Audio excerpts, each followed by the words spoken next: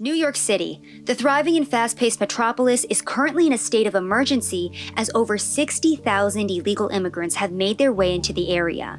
Mayor Eric Adams has recently declared that 50% of the hotels in the city are now filled with migrants, and for the first time, we're getting an exclusive look at what the inside of one of these hotels looks like. We sat down with whistleblower Carlos Arrellanos, who worked inside the Row NYC for the past 7 months. This hotel, located 1 block from Times Square, previously rented rooms for $500 a night. Carlos shares it is now the largest migrant hotel in New York City. So in the hotel, we have close to 5,000 migrants. It hovers between 4,800 to 5,000.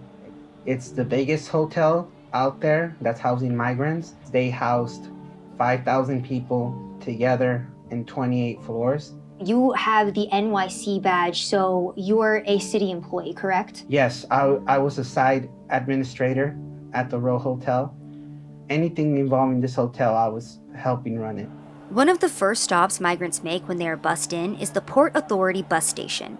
It's at this station that they are first dropped off, assigned a hotel, and sent to locations such as the Row NYC.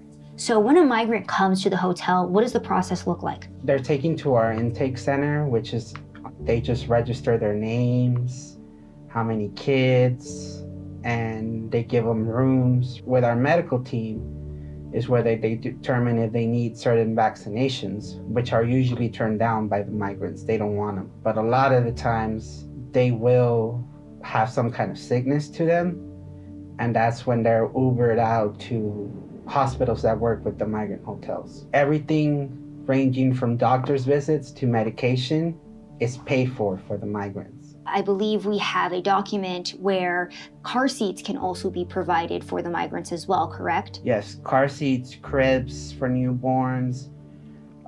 There's, I want to say, at least 2 to 3 babies a week being born at this hotel. On top of free medical care and transportation, Carlos also shares that the migrants receive laundry services, housekeeping, and 3 meals a day alongside their hotel rooms. Anything you can possibly think of, it's being given to them. Around 200 through 300 Metro cards a day are given for free.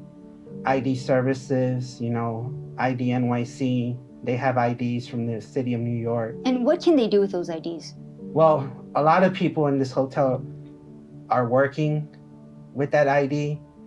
Aside from that, they're receiving, I've seen food stamps cards arrive, a lot of services that are provided to them just for having this ID. And then my other question for you too is, how much does it cost per day to feed these migrants? So in our hotel, it's $383 for 5,000 people, and that's just for 1 day worth of meals. In January of this year, it was reported that Mayor Eric Adams signed a $275 million contract that would fund the migrants staying in hotels across the city for the next 6 months, a budget of around $55,000 per migrant. However, the city is running out of hotel rooms, with Adams stating that some hotels don't want to shelter migrants. Carlos provided us with an inside look at the Row NYC that may give us some insight as to why. The migrants being in those hotels have destroyed them. There's a lot of alcohol in these rooms. Housekeeping is there all week, and they'll clean it, and by the end of the night, there's kids getting drunk together. There's people hooking up with each other. I even have seen reports of certain managers who are using this to get intimate with people. It seems like the hotel is one big party. There's multiple guns in these rooms as well. The alarming thing is that this hotel is meant to be a family hotel. One situation that I'll never forget was I was on my lunch break and I was at Walgreens, and while I was in line, I saw one of the migrants sticking alcohol into their children's backpack. And they stick them in the children's backpack because they know we wouldn't dare to check a child's backpack. They do this kind of stuff all the time, whether it be drugs, whether it be alcohol, whether it be a gun. They stick it in the strollers, under the baby. During just our short time investigating the location outside of the hotel, we ourselves witnessed a migrant so drunk he could barely stand. But alcohol isn't the only issue at the Row NYC. Carlos shared incident reports and internal text messages detailing gunmen on the premises, children getting drunk, and migrants stealing from local businesses surrounding the hotel. You were actually showing me some text messages between a social worker about a drunk 10-year-old in this hotel. Can you talk to us about what happened there? Yeah, it was a drunk 10-year-old who was caught with a 14 and a 12-year-old, and all three of them were intoxicated. And when we looked them up in the system, the parents had checked out 2 days ago. So their parents just left them there? Yeah, the parents will leave the kids unattended in the hotel, and they think it's okay to leave for a day or two, sometimes even a week. And you actually did provide us with a couple of incident reports. Let's go ahead and go over some of them, specifically the incident report where you have gunmen walking around the hotel. Talk to me about that situation. We heard a security guard start yelling, there's a gun on site, there's a gun on site. It was probably an upset person that we had kicked out of the hotel, and it sent the whole hotel into a panic. And this is an everyday thing.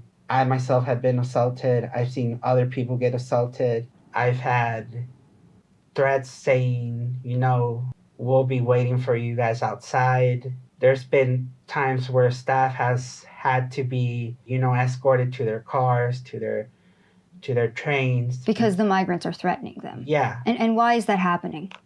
Because they want to get away with doing whatever the hell they want to do inside the hotels. There's one incident.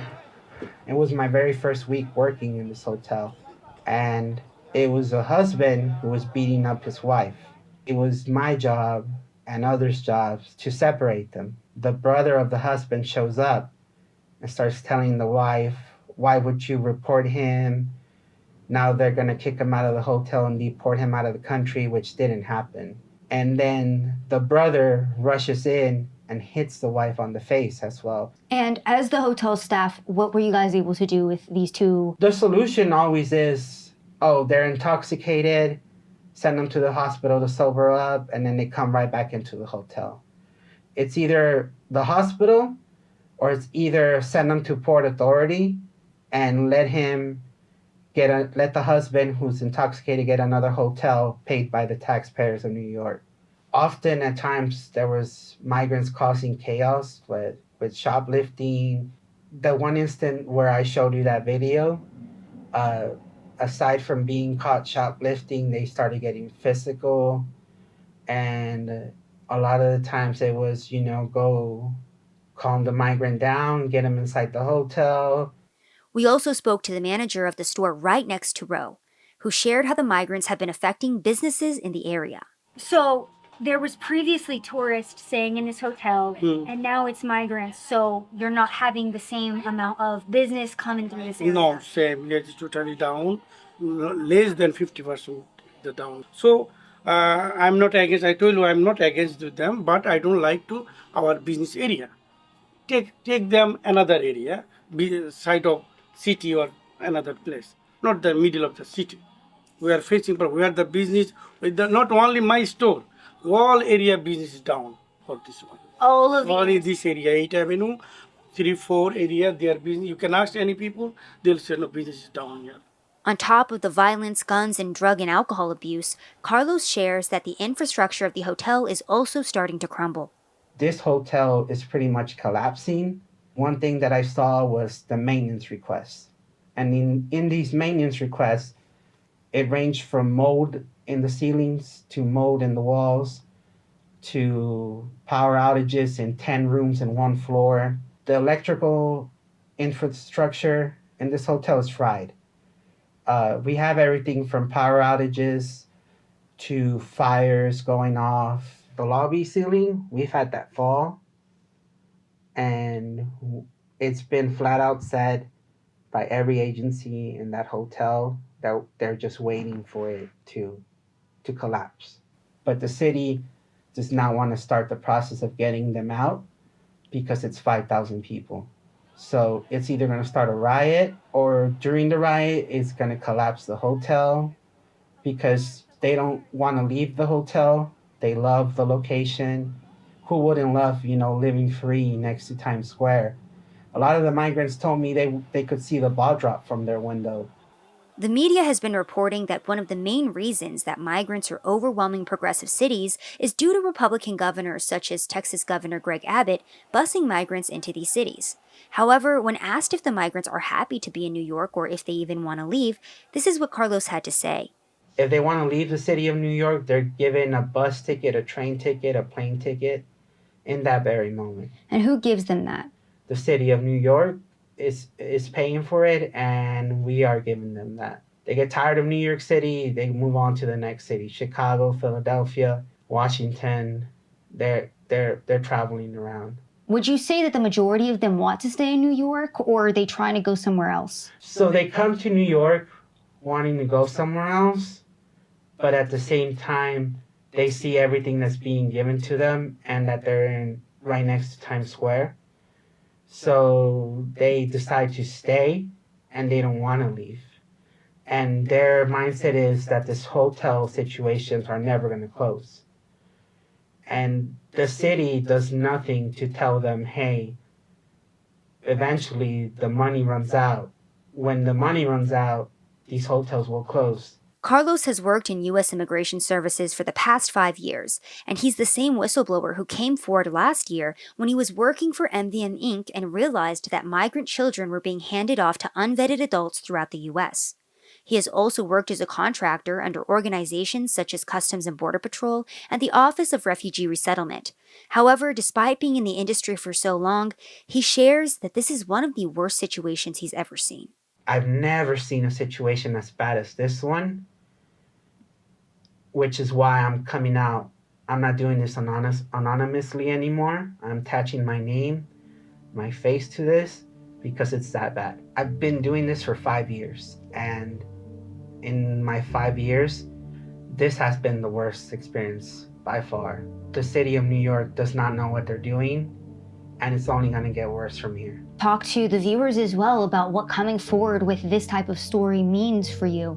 It's years of relationships, friendships that are going to be gone the minute this airs, but it's all worth it if I could do some kind of good, and that good is exposing how horrible the situation is in New York City regarding the migrants at the Row Hotel.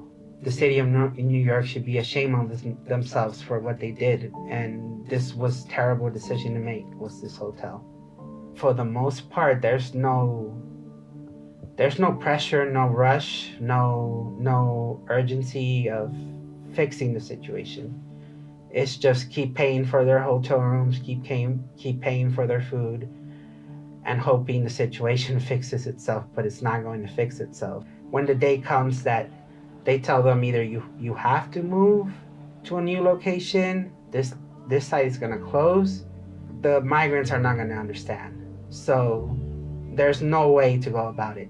Everybody who's staying in that hotel is in this chat group. So the minute you try to move not just one floor, the minute you try to move one room, they're going to put it in the chat, and the word's going to spread through the whole hotel. And they're not going to go quietly. They're not going to go calmly, peacefully. The city of New York does not know how to handle any of this. I think they're just kind of hoping it goes away. Mm-hmm. They think it's going to somehow get better, and it's not getting better.